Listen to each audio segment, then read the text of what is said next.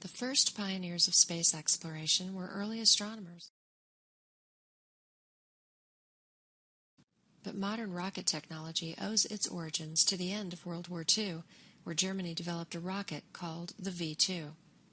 The V-2 could travel 200 to 225 miles, reaching an altitude of 52 to 60 miles, and carry 1 ton of explosives. The V-2 rockets are the basis for the launch rockets that we have today. Then came the Cold War and the spy planes like the U-2.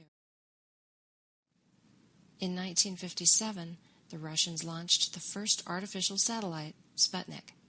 The Americans followed, and this led to another race for space exploration. Early satellites were small because the rockets were limited in the mass that they could put into orbit. As the rockets became more powerful, the size, weight, and cost of the satellites grew. In 1960, President Kennedy challenged the American people and the space community to send men to and return them safely from the moon before the end of the decade. This led to huge improvements in rocket technology.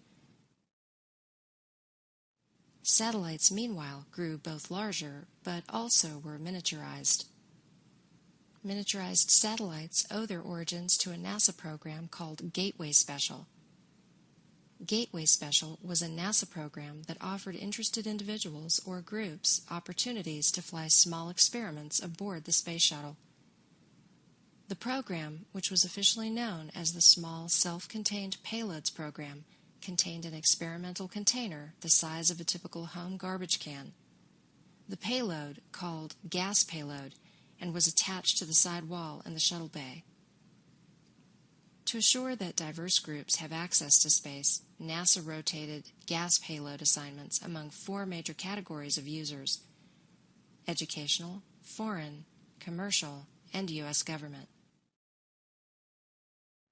The gas payloads led to a trend for smaller satellites. A student satellite program was started in 1994 at Stanford University, building microsatellites. The first satellite, named Opal, was launched in January 2000 from this program. Modern miniature satellites like CubeSats owe their origins to this program.